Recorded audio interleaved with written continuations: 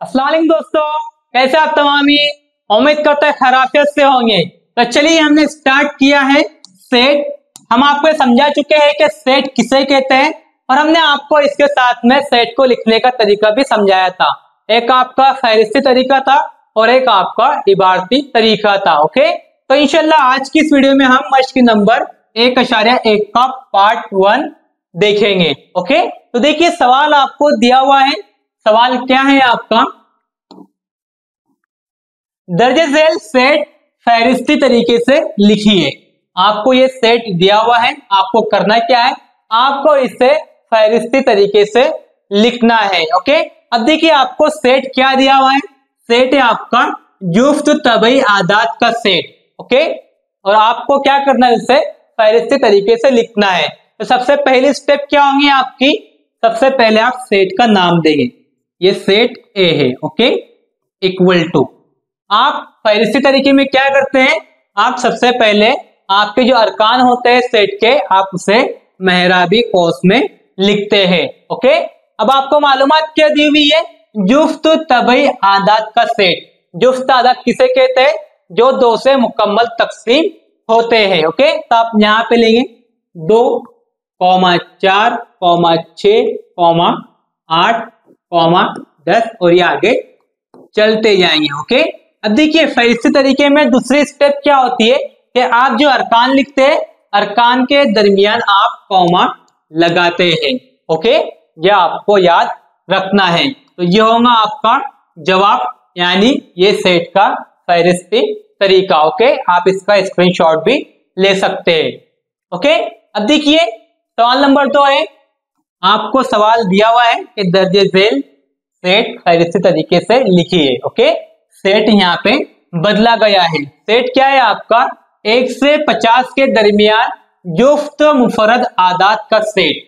Okay, आप क्या करेंगे, सबसे पहले सेट का नाम देंगे ए। ओके, फिर आपकी पहली स्टेप क्या होगी, आप मेहराबी कौस लेंगे। ओके, अब देखिए सेट में आपको मालूमात क्या दी हुई है, वो है 1 से 50 के दरमियान जुफ्त मुफरद आदात का सेट। ओके, अब देखिए आप यहाँ पे जुफ्त देखेंगे तो आप यहाँ पे लिखना शुरू कर देंगे 2, 4, 6, 8, 10 और यहाँ पे आप 48 या फिर 50 तक लेके जाएंगे। ओके, लेकिन आपको मालूमात पूरी पढ़ना है, ये सारे आदात नहीं आएंगे। क्यों नहीं आएंगे, क्योंकि आपको सेट में मालूमात क्या दी हुई है, जुफ्त मुफरद आदात। ओके, और जुफ्त मुफरद आदात सिर्फ एक ही है और वो कौन सा है, वो आपका 2 है। ओके, इंग्लिश में क्या कहते हैं आप इसे, इंग्लिश में आप इसे इवन प्राइम नंबर कहते हैं। ठीक है, इवन प्राइम नंबर, और ये सिर्फ एक ही होता है, वो 2 है। ओके, उर्दू में क्या कहेंगे, जुफ्त मुफरद आदात। ओके, वो क्या होता है आपका, सिर्फ 2 ही होता है। तो ये सेट क्या होगा आपका, सेट आपका सिर्फ 2 होगा। ओके, अब आगे देखिए, आगे आपको दिया हुआ है सवाल आपका सेम है, सेट बदला गया है। ओके, तमाम मनफी सही आदात का सेट। ओके, तमाम मनफी सही आदात का सेट। आप क्या करेंगे, पहले सेट का नाम देंगे।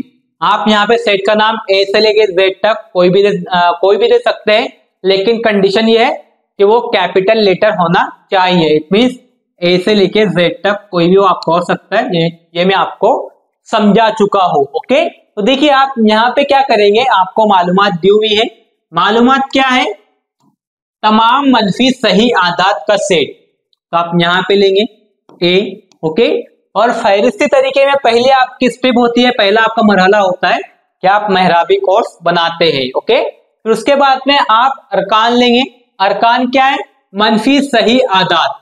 ओके, अब देखिए मनफी आदात क्या होते हैं, अगर मैं आपको ये कहूं कि नफी 3, नफी 2, ये दोनों में से कौन सा अदद बड़ा है, तो आप क्या कहेंगे, ये बड़ा है, नहीं ये बड़ा नहीं है, बड़ा आपका ये है, नफी 2 आपका बड़ा अदद है बिलमुकाबिल नफी 3 के। ओके, उसी तरीके से यहां देखिए नफी 4, नफी 3, नफी 2, ये आदात में सबसे बड़ा आदत कौन सा है, तो इनमें सबसे बड़ा आदत नफी 2 है। ओके, फिर उससे छोटा नफी 3 है, फिर उससे छोटा नफी 4 है। ओके, तो हम क्या करते हैं, जो हम गिनती शुरू करते हैं तो छोटे से बड़ी की तरफ जाते हैं। ओके, तो आप सेट किस तरह लिखेंगे, आप सेट इस तरह से लिखेंगे, सेट ए मेहराबी कोस। ओके, अब देखिए मनफी सही आदात, तो हमें सबसे छोटा सही आदात कौन सा है वो नहीं मालूम है, तो आप यहाँ पे क्या करेंगे, डैश डैश डैश देंगे, फिर कॉमा देंगे। ओके, यहाँ पे आप नफी 3 नफी 4 कहीं से भी शुरू कर सकते हैं। Okay, Nafi 3 comma Nafi 2 comma Nafi 1। Okay, तो ये होंगे आपके तमाम मनफी सही आदात। ओके, सही आदात क्या होते हैं इसे समझिए, या आपके पॉजिटिव नंबर 1 2 3 यहाँ से लामहदूद जाएंगे। ठीक है, और यहाँ से आपके नेगेटिव नंबर, ठीक है, यहाँ से आपके नेगेटिव नंबर, यहाँ से भी ये लामहदूद जाएंगे। ओके, ये होते हैं आपके सही आदात, ये आप 8वीं क्लास में बहुत अच्छे से समझ चुके हैं। ओके, तो ये होगा आपका तमाम मनफी आदात का सेट। ठीक है, अगला देखिए, अगला आपको क्या दिया हुआ है, अगला आपको दिया हुआ है मौसीकी के 7 सुरों का सेट। ओके, अब देखिए ये मौसीकी के 7 सुरों का सेट क्या होता है। ओके, तो देखिए मौसीकी के 7 सुर कौन से होते हैं, आप उसे इस तरह से लिख सकते हैं, क्या होंगे ये, यहाँ लिखिए, ये आपका सेट बी है, ये मेहराबी कोस है। ओके, हम यहां से लिखना शुरू करेंगे, सा रे गा मा पा धा नी। ओके, 1 2 3 4 5 6 7। ओके, सारे गामा पादा नी सा। ओके, ये होते हैं आपके मौसीकी के 7 सुर। ओके, आपको म्यूजिक पे ज्यादा ध्यान नहीं देना है, सिर्फ आपको ये सवाल पूछा गया था इसलिए हम इसका जवाब निकाल रहे हैं। ओके, अदरवाइज आपको म्यूजिक पे ज्यादा ध्यान नहीं देना है। ओके, क्यों नहीं देना है, म्यूजिक सुनना हमारे लिए हराम है। ओके, और एक मोमिन हराम काम नहीं करता, ये बात का आपको ख्याल रखना है। ओके, अब यहाँ पे देखिए आपका सवाल चेंज होता है, सवाल क्या है आपका, दर्जे झेल अलामतों में दिए हुए बयानात को अल्फाज में लिखिए। ओके, आपको करना क्या है, यहाँ पे आपको कुछ बयानात दिए गए हैं और आपको उसे अल्फाज में लिखना है। ओके, अब देखिए हमने आपको ये शक्ल ये जो निशान होता है इसका मतलब समझाया था। मतलब क्या है इसका, कि ये आपका रुक्न है, ये आपके अरकान है। ओके, अगर ये निशानी आ जाए तो इसका मतलब ये होता है कि ये रुक्न ये सेट में शामिल है। ओके, ये सेट में शामिल है, तो आप जुमला क्या लिखेंगे, अल्फाजों में किस तरह लिखेंगे इसे, तो आपको इस तरह लिखना होता है। आप लिखेंगे यहां पर,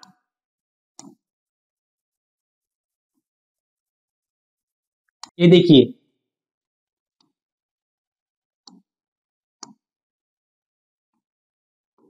3/4 सेट क्यू का रुक्न है। ओके, यानी मतलब क्या है इसका, कि 4/3 ये सेट क्यू में शामिल है। ओके, तो यहां पे आप लिखेंगे, हमने इसको देखिए 3/4 कर दिया, यह आपका 4/3 है।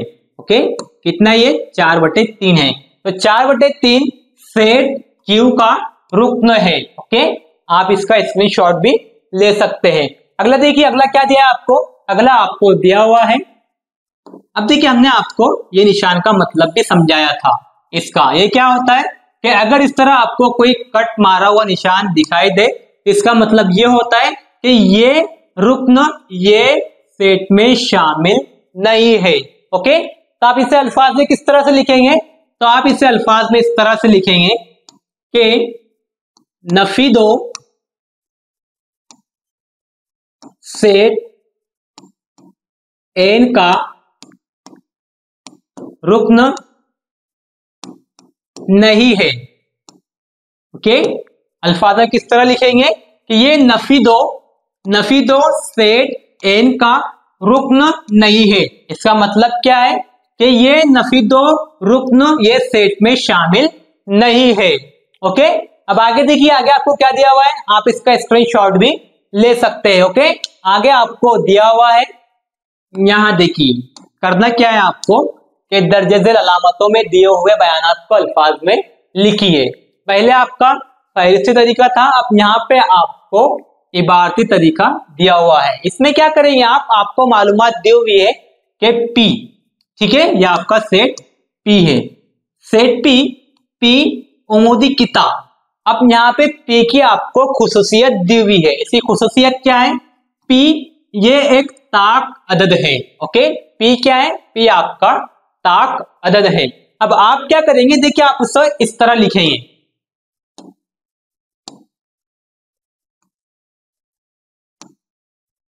Set P, okay, set P, okay, P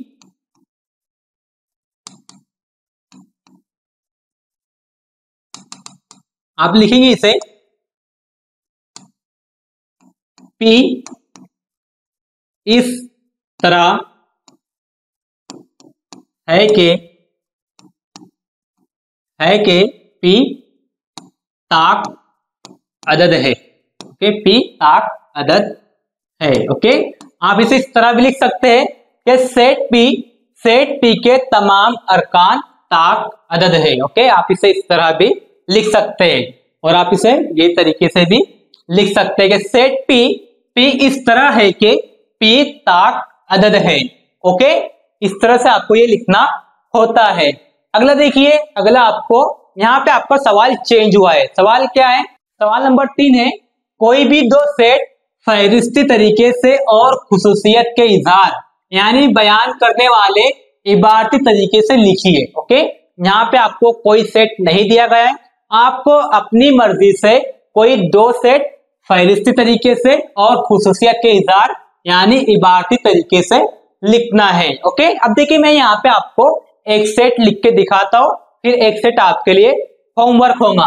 पहले मैं उसे फहरिस्ती तरीके से लिखूंगा, उसके बाद में उसे खुसूसियत यानी इबारती तरीके से लिखूंगा, ओके। यहाँ पे लिखता हूं एक सेट आपका फहरिस्ती तरीके से, ओके, फहरिस्ती तरीके से। ये क्या होगा आपका, मैंने यहाँ पे लिया set A equal to, okay, और ये है आपका 1, 3, 5, 7, 9, ओके, या फिर मैं यहाँ पे कर दूं अगर डैश डैश डैश आगे मैंने कर दिया, ओके। अब देखिए यह आपका एक सेट ए है, ओके, और इसके अरकान है 1, 3, 5, 7, 9, और ये आगे चलते जा रहा है, यानी ये लामहदूद है, आप इसे गिन नहीं सकते। अब आपको ये सेट को क्या करना है, इबारती तरीके से लिखना है। अब आप इसे इबारती तरीके से किस तरह लिखेंगे, तो देखिए आप किस तरह करेंगे इसे, यह आपका सेट ए है, ओके, आप पहले मेहराबी कोस लेंगे, ओके।